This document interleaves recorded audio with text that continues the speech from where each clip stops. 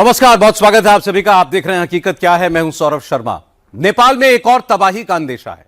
आज की रात भी कल जैसी भयानक तस्वीरें दिखाई दे सकती हैं।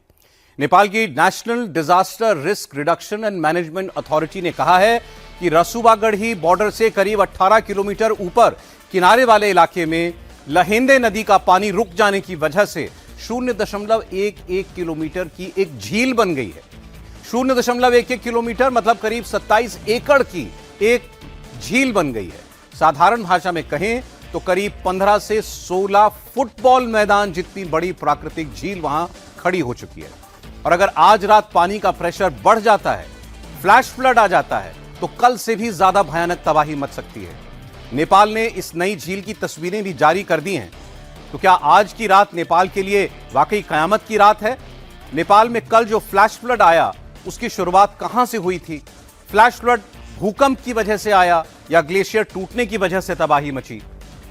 नेपाल में आए इस महाप्रलय की पूरी इनसाइड स्टोरी आपको हम दिखाएंगे। लेकिन अभी इस वक्त जो खबर हम आपको बता रहे हैं वो बहुत ज्यादा डराने वाली है। ये एक बहुत बड़ी प्राकृतिक झील इस वक्त नेपाल के बॉर्डर पर बनी हुई है। ये दुनिया की 99th हाईएस्ट पीक लांगटांग लिरुंग है जो इस वक्त आप देख रहे हैं। यह काठमांडू के नॉर्थ से 45 किलोमीटर दूर स्थित है। इस पीक के ठीक नीचे बाईं तरफ के हिस्से को आप जरा ध्यान से देखिए, जहां हमने आपको यह लाल एरो दिखाया है। नेपाल में तबाही की शुरुआत यहीं से हुई थी। अब सवाल है कि दुनिया की 99th हाईएस्ट पीक लांगटांग लिरुंग के ठीक नीचे इस जगह पर ऐसा क्या हुआ जिसने तिब्बत से लेकर नेपाल तक इतनी भीषण तबाही मचा दी। 7,234 मीटर ऊंची और 23,734 फीट लंबी हिमालय की एक प्रमुख चोटी लांगटांग लिरुंग के पास आप जो ये गड्ढे नुमा चीज देख रहे हैं, सारी तबाही यहीं से शुरू हुई है। सवाल है कि दुनिया के इस 99वीं सबसे ऊंची पीक लांगटांग लिरुंग में हुआ क्या था कि देखते ही देखते चंद सेकंड्स के अंदर नेपाल में इतना बड़ा फ्लैश फ्लड आया, बांध टूट गए, इमारतें तिनके की तरह बिखर गईं। फ्लैश फ्लड की रफ्तार इतनी ज्यादा थी कि उसके रास्ते में जो कुछ आया सब कुछ तहस नहस हो गया। एक एक करके आपको इन सारे सवालों के जवाब हम आज देने वाले हैं। अब आपको दो तस्वीरें दिखाते हैं। बाईं तरफ वाली तस्वीर 24 अगस्त की है, जिसमें हरे भरे पहाड़ी इलाके, जंगल, नदियां, ऊंचाई पर बर्फ, ग्लेशियर, इन सब का एक बिल्कुल सामान्य नॉर्मल दृश्य दिख रहा है। बादल छाए हुए हैं, लेकिन ग्लेशियर का निचला हिस्सा और आसपास का इलाका बिल्कुल सामान्य और हरा भरा है। कहीं कोई बड़ा मलबा या किसी बहाव के कोई निशान नहीं है। अब जरा दाईं और तरफ वाली तस्वीर देखिए। यह 26 अगस्त की है। सफेद तीर आपको ऊपर की ओर जो दिखा रहा है, यह उस जगह की ओर इशारा कर रहा है जहां उस ग्लेशियर का बड़ा हिस्सा टूटा, और लाल तीर नीचे की ओर विशाल मलबे के जमाव की ओर इशारा कर रहा है। पूरा का पूरा ग्रे काला लंबा ट्रैक दिख रहा है। यह बर्फ प्लस चट्टान प्लस मिट्टी, इनका एक विशाल बहाव है जो पहाड़ से घाटी की ओर आकर के गिरा, और इसी में इस तबाही की सारी कहानी छिपी हुई है। लांगटांग लिरुंग पीक से इस तबाही की शुरुआत हुई। यह कैसे हुआ, अब एक एक करके आपको यह समझाते हैं। दरअसल लांगटांग लिरुंग पीक का ग्लेशियर का बड़ा हिस्सा अचानक टूटा और बर्फ और चट्टान के रूप में घाटी में आकर के गिरा, जिसके बाद इस मलबे ने लहेंदे नदी में गिरकर एक अस्थायी बांध बना दिया। पानी पीछे जमा हुआ और दबाव बढ़ता रहा। दबाव बढ़ने पर बांध टूट गया। यह कैसे हुआ, अब जरा यह देखिए। कई ग्लेशियर्स प्राकृतिक बांध का काम करते हैं। ये पिघले हुए पानी की झीलों या नदियों को रोक कर रखते हैं। जब ग्लेशियर अस्थिर होकर टूट जाता है, ढहता है या दरार उसमें पड़ जाती है, तो यह बर्फीला बांध टूट जाता है। इसके अंदर रुका हुआ पानी एकदम से छूट जाता है और फिर बड़े तेज बाढ़ की लहर बनकर नीचे की ओर दौड़ पड़ता है। नेपाल में यही हुआ। लांगटांग लिरुंग पीक पर ग्लेशियर का जो हिस्सा गिरा वो करीब 1.5 किलोमीटर चौड़ा और 1.4 किलोमीटर केसरिया से मन जोगी हुआ रे, दिल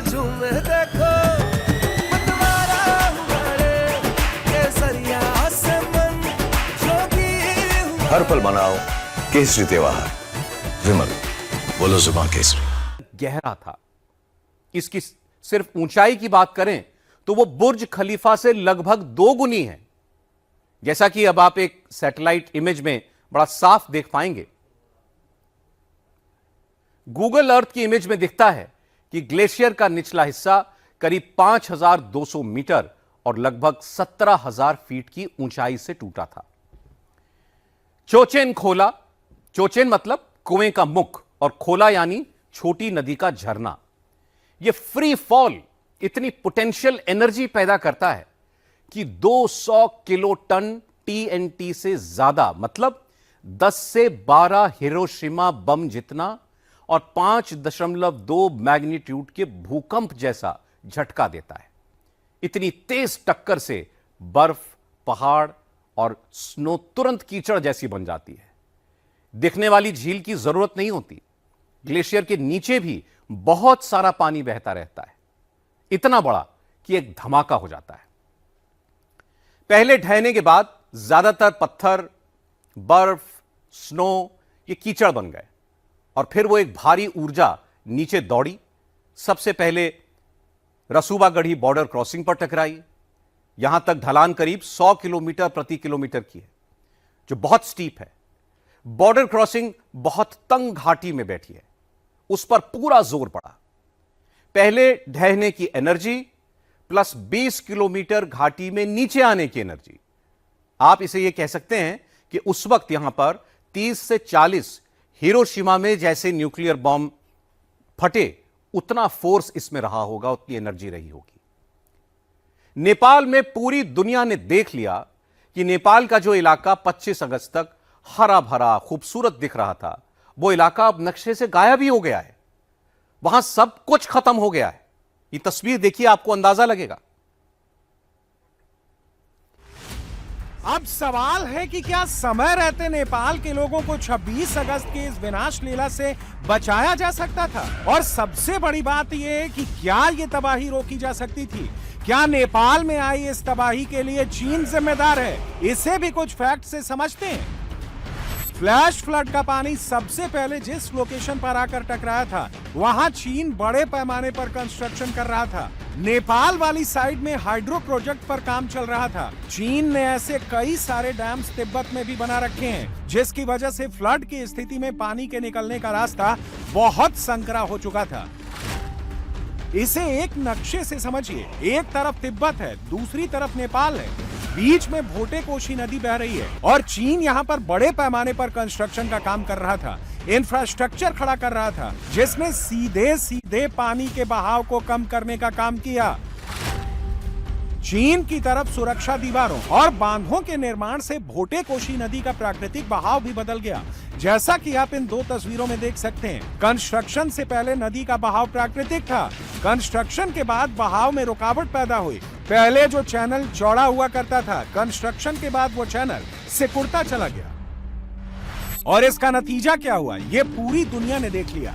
रसूआगढ़ी बॉर्डर क्रॉसिंग पोस्ट का नामो निशान मिट गया। कल तक जहां ये पोस्ट नजर आया करती थी, आज वो जगह पूरी तरह से सपाट हो चुकी है। चाइना से लाश दहकड़ और गैस सिलेंडर और गाड़ी जेसीबी का चक्का,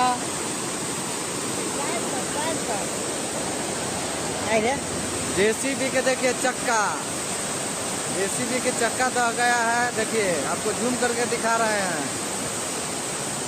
देखिए, जेसीबी के चक्का दहा हुआ है, कुछ नहीं कहा जा सकता है। देखिए, इतना भयानक घटना नेपाल में, और चाइना से चल करके ये कहाँ तक जाएगा इसका कोई गारंटी नहीं है।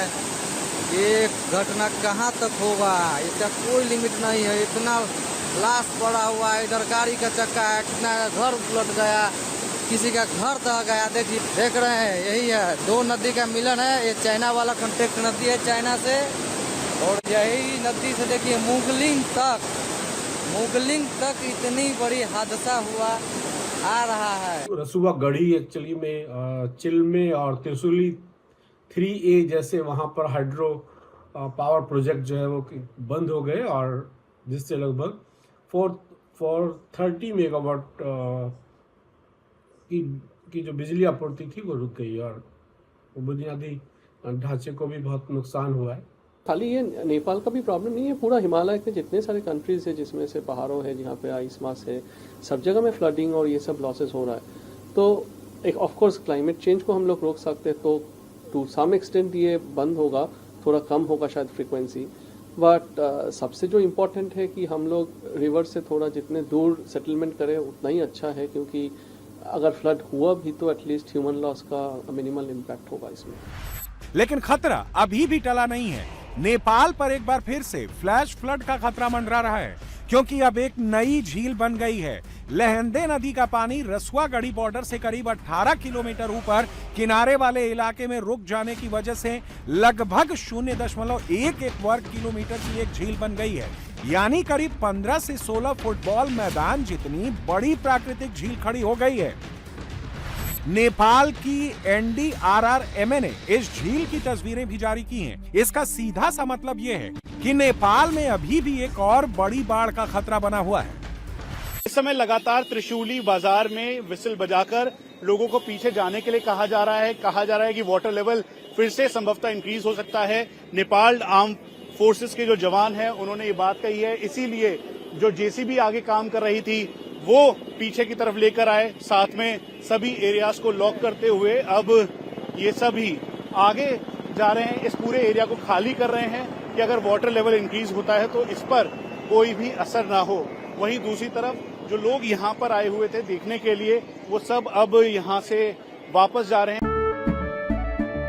केसरिया से मन जोगी हुआ रे, दिल झूमे देखो मतवारा हुआ रे, केसरिया से मन जोगी हुआ। हर पल मनाओ केसरी त्योहार, विमल बोलो जुबान केसरी। तेज रफ्तार के साथ अपनी गाड़ियों को पीछे ले जाते हुए यहाँ से पूरा एरिया खाली कर रहे हैं और यहाँ पर केवल जो आर्म्ड फोर्सेस के जवान हैं वो मौजूद हैं, उसके अलावा JCB मौजूद है, साथ में जो यहाँ पर डिजास्टर रिलीफ के तौर पर काम कर रहे थे, उसके अलावा बाकी सभी यहाँ से सबको पीछे जाने के लिए कहा जा रहा है। वो ठीक पीछे देखिए, वहां पर ठीक सामने जो लोग हैं वो भागते हुए दिखाई देंगे आपको।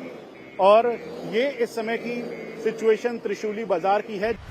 नेपाल ने जिस झील की तस्वीरें जारी की हैं, वो आप चाइनीज मीडिया की तरफ से जारी किए गए इस वीडियो को देखकर समझ सकते हैं। पानी का प्रेशर बढ़ा तो एक और फ्लैश फ्लड का खतरा बढ़ जाएगा, और अगर ऐसा हुआ तो 24 घंटों के अंदर दूसरी तबाही आ जाएगी। तिब्बत में तबाही का एपिसेंटर कैसा है? 26 अगस्त को सुबह सुबह हिमालय कैसे दरकने लगा, कैसे धरती हिलने लगी, और फिर हजारों टन मलबा पुल, मकान, दफ्तर, इंसान, पेड़ पौधे सबको उड़ाते हुए नेपाल की ओर कैसे चल पड़ा। सीधे उसी एपिसेंटर से आपको यह रिपोर्ट दिखाते हैं। Oh my God, भाग कटाओ भाग।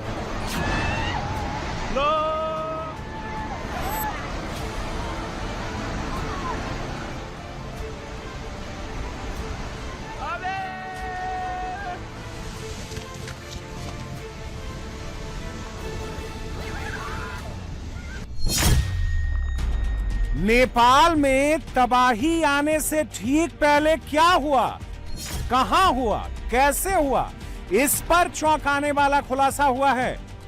200 से ज्यादा लोगों की जान लेने वाले, 1300 से ज्यादा लोगों को लापता करने वाले नेपाल की विनाश लीला की इनसाइड स्टोरी रोंगटे खड़ी कर देने वाली है। यह दुनिया की 99th हाईएस्ट पीक लांगटांग लिरुंग है, जो काठमांडू के नॉर्थ से 45 किलोमीटर दूर स्थित है। इस पीक के ठीक नीचे बाईं तरफ के हिस्से को ध्यान से देखिए। नेपाल में तबाही की शुरुआत यहीं से हुई। सवाल है कि दुनिया की 99th हाईएस्ट पीक लांगटांग लिरुंग के ठीक नीचे इस जगह पर ऐसा क्या हुआ था जिसने तिब्बत से लेकर नेपाल तक भारी तबाही मचाई। 7,234 मीटर ऊंची और 23,734 फीट लंबी हिमालय की एक प्रमुख चोटी लांगटांग लिरुंग के पास आप जो ये गड्ढेनुमा चीज देख रहे हैं, सारी तबाही यहीं से शुरू हुई। सवाल है कि दुनिया के 99वें सबसे ऊंचे पीक लांगटांग लिरोंग में हुआ क्या था कि देखते ही देखते चंद सेकंड के भीतर नेपाल में फ्लैश फ्लड आ गया। बांध टूट गए, इमारतें तिनके की तरह बिखर गईं। फ्लैश फ्लड की रफ्तार इतनी ज्यादा कि जो कुछ भी उसके रास्ते में आया सब तहस नहस हो गया। तो चलिए एक एक करके आपको सारे सवालों के जवाब देते हैं।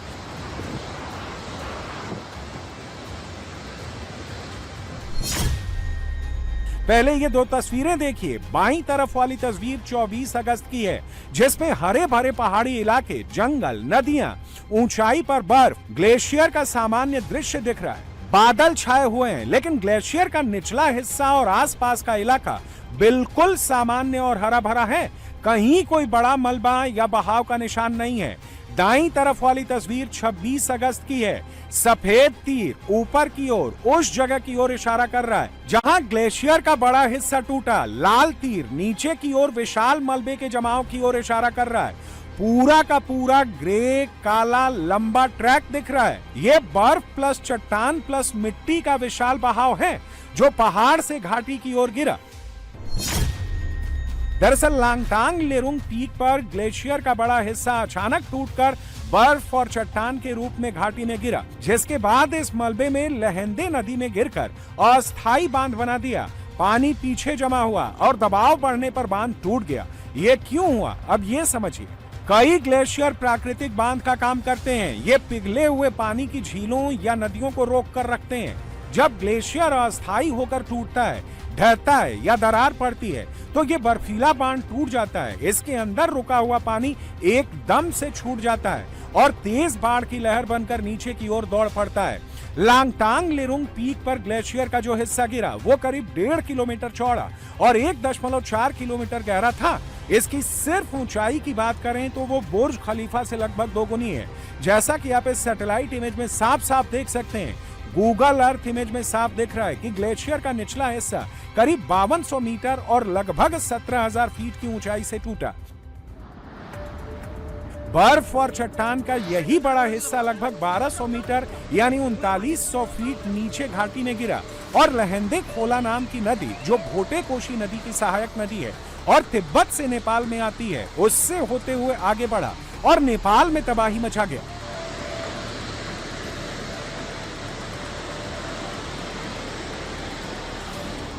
ब्लॉफ यानी कि ग्लेशियर लेक आउटबर्स्ट फ्लड एक ग्लेशियर लेक के टूटने के कारण बहुत सारे पानी का एक साथ बहना है। अब ग्लेशियर लेक क्या है कि ग्लेशियर जब ग्लेशियर्स रिट्रीट करते हैं तो उनका पानी मेल्ट करता है। उस पानी के साथ उसमें डेब्रीज वगैरह भी होती है, तो वो पानी या तो बह के नीचे चला जा सकता है या अगर उस पानी के बहने में बाधा आती है तो वो लेक बना सकता है। क्योंकि ये नेचुरल लेक है, इसलिए जब तक पानी की स्ट्रेंथ या हाइड्रोलॉजिकल प्रेशर इतना नहीं होता कि वो बांध को तोड़ सके, तब तक वो पानी स्टोर रहता है। और जब वो उस प्रेशर को क्रॉस कर जाता है तब वो उस बांध को तोड़ देता है, नेचुरल बांध को तोड़ देता है और वो पानी नीचे आता है और डाउन स्ट्रीम में वो फ्लड क्रिएट करता है। तो ग्लेशियर लेक आउटबर्स्ट फ्लड। केसरिया से मन जोगी हुआ रे, दिल झूमे देखो मतवारा हुआ रे। केसरिया से मन जोगी हुआ। हर पल मनाओ केसरी त्योहार। विमल, बोलो जुबान केसरी। इस तरह से उसको डिफाइन करता है। एक ग्लेशियर का बड़ा हिस्सा टूटा, उसके साथ में पहाड़ का एक बड़ा हिस्सा टूटा और वो टूटने के साथ जो लूज सेडिमेंट्स थे उस नदी, उस नाले और नदी में, वो सारे के सारे एक साथ मिल गए और इस मिक्सचर जिसमें पानी की ज़्यादा मात्रा उस ग्लेशियर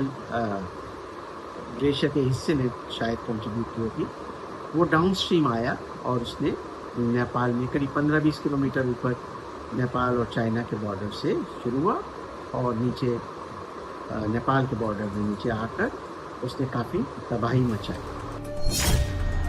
आप इन चट्टानों का साइज देखिए, ये कितनी बड़ी हैं, बावजूद इसके फ्लैश फ्लड में तिनकों की तरह बही जा रही हैं।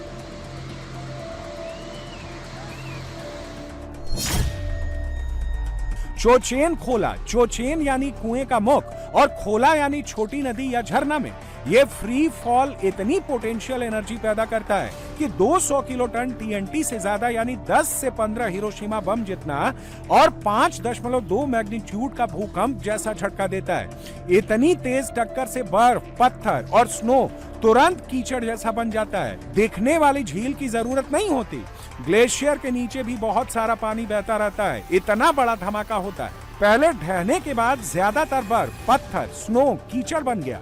फिर वो भारी ऊर्जा नीचे दौड़ी और सबसे पहले रसुआगढ़ी बॉर्डर क्रॉसिंग पर टकराई। यहाँ तक ढलान करीब 100 मीटर प्रति किलोमीटर है, जो काफी स्टीप है। बॉर्डर क्रॉसिंग बहुत तंग घाटी में बैठा है, उस पर पूरा जोर पड़ा। पहले ढहने की एनर्जी प्लस 20 किलोमीटर घाटी में नीचे आने की एनर्जी, आप इसे ये कह सकते हैं कि उस वक्त 30 से 40 हिरोशिमा बम जितना फोर्स रहा हो। अभी तो ये जस्ट हुआ है, बहुत सारे जांच चल रहे हैं, बट जो कॉमन कॉजेज होता है ये सब फ्लैश फ्लड इवेंट्स हिमालयज में, एक होता है ग्लॉफ जो ग्लेशियल लेक आउटबर्स्ट फ्लड्स होता है, बट अभी इनिशियल जो जांच में देखा गया है कि वैसे सारा कोई लेक्स नहीं है। दूसरे होता है बहुत हेवी एक्सट्रीम रेनफॉल, वो भी नहीं है। तो मोस्ट लाइकली लोग जो प्रेडिक्ट कर रहे हैं ये एक रॉक आइस एवलांच है जो बेसिकली रिवर फ्लो को रोका है, उससे ये फ्लैश फ्लड जनरेट हुआ है। Now climate change of course one of the cause है कि ये सब इवेंट्स ज़्यादा हो रहा है, बट इसको रोका जाने का आई थिंक कोई मुश्किल है।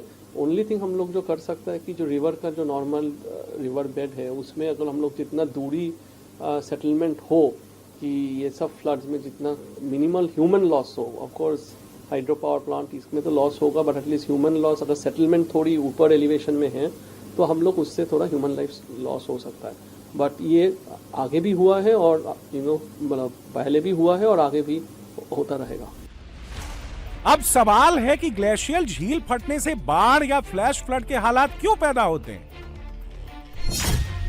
ये समझने के लिए आपको उसी लांगटांग लिरुंग पीक पर कुछ साल पहले आए एवलांच की तस्वीरें देखनी चाहिए।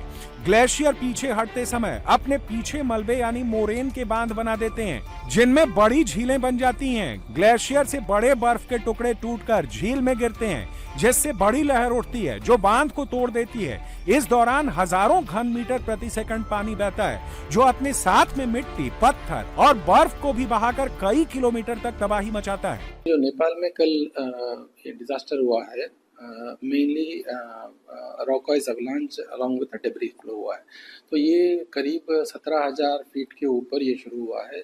जैसे 24 से 30 घंटे के बीच में जो भी गर्मी की वजह से, वार्म ह्यूमिड वेदर की वजह से जो पानी मतलब बर्फ थोड़ा पिघलता है, तो वो जो बर्फ के अंदर जो क्रैक्स रहते हैं उसके अंदर गया है, और वो एक पहाड़ का जो पत्थर रहता है उसके ऊपर बर्फ है, उस बीच में लुब्रिकेंट जैसा एक्ट किया है।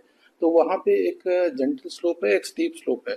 जहाँ पे स्टीप स्लोप शुरू होता है वहाँ का जो बर्फ है, जो मतलब बहुत थिक बर्फ है, वो टूट गया है। फिर वो वर्टिकली अराउंड 1.2 किलोमीटर नीचे वर्टिकल ड्रॉप हुआ है। तो वो ड्रॉप होने के बाद जो इम्पैक्ट हुआ है उसके कारण मतलब वो भूकंप जैसा मेजरमेंट हुआ है उसका, अप्रोक्सीमेटली 5.2 मैग्नीट्यूड। उसके बाद में ये mud debris as well as this rock ice, ये वो रिवर में जाके फ्लो हुए हैं and they created an artificial dam. तो वो आर्टिफिशियल डैम की वजह से रिवर का जो फ्लो रहता है उसमें धीरे धीरे पानी का लेवल बढ़ गया है, एंड देन वो आर्टिफिशियल डैम जो बना था वो टूट गया, और देन वो फ्लैश फ्लड जैसा आगे बढ़ा है। उसके कारण जितना जो हानि हुई है प्रॉपर्टी की और जनहानि हुई है वो सब उसके कारण हुआ है। और इसके बाद जो होता है वो नेपाल में पूरी दुनिया ने देख लिया। नेपाल का जो इलाका 25 अगस्त तक हरा भरा खूबसूरत दिख रहा था, वो इलाका अब नक्शे से ही गायब हो गया है। सब कुछ खत्म हो गया है।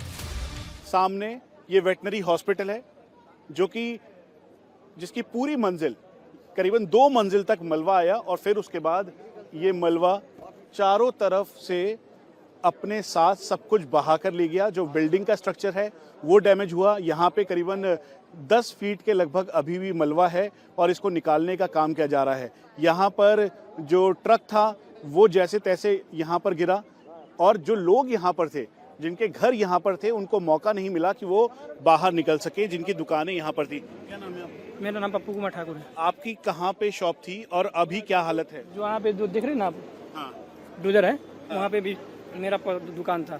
अभी अंदर ही है, कोई मालूम नहीं क्या है, नहीं उसमें पूरा भगा कर ले गया है, कुछ नहीं बचा हुआ।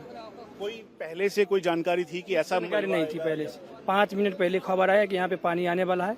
बहुत आदमी थे, यहाँ पुल थी नहीं, उसमें लगभग 200 आदमी वीडियो बनाने के लिए बैठे हुए थे। वो भी अंदर मालूम ही नहीं है वो सब बचा कि नहीं बचा, उसके अंदर ही गया, कुछ मालूम नहीं चला अभी तक। वहीं दूसरी तरफ इस समय जेसीबी के जरिए मलबा निकाला जा रहा है, लेकिन स्थिति देखिए कि पानी का बहाव इतनी तेज था कि अपने साथ सब कुछ बहाता हुआ ले गया। ये जो शटर है, शटर के अंदर इस समय मलबा है क्योंकि फोर्सफुली वो बहुत ही अंदर की तरफ गया। वहीं दूसरी तरफ इधर से आप देखेंगे तो लोगों के जो घर थे वो घर पूरी तरीके से तहस नहस हो चुके हैं।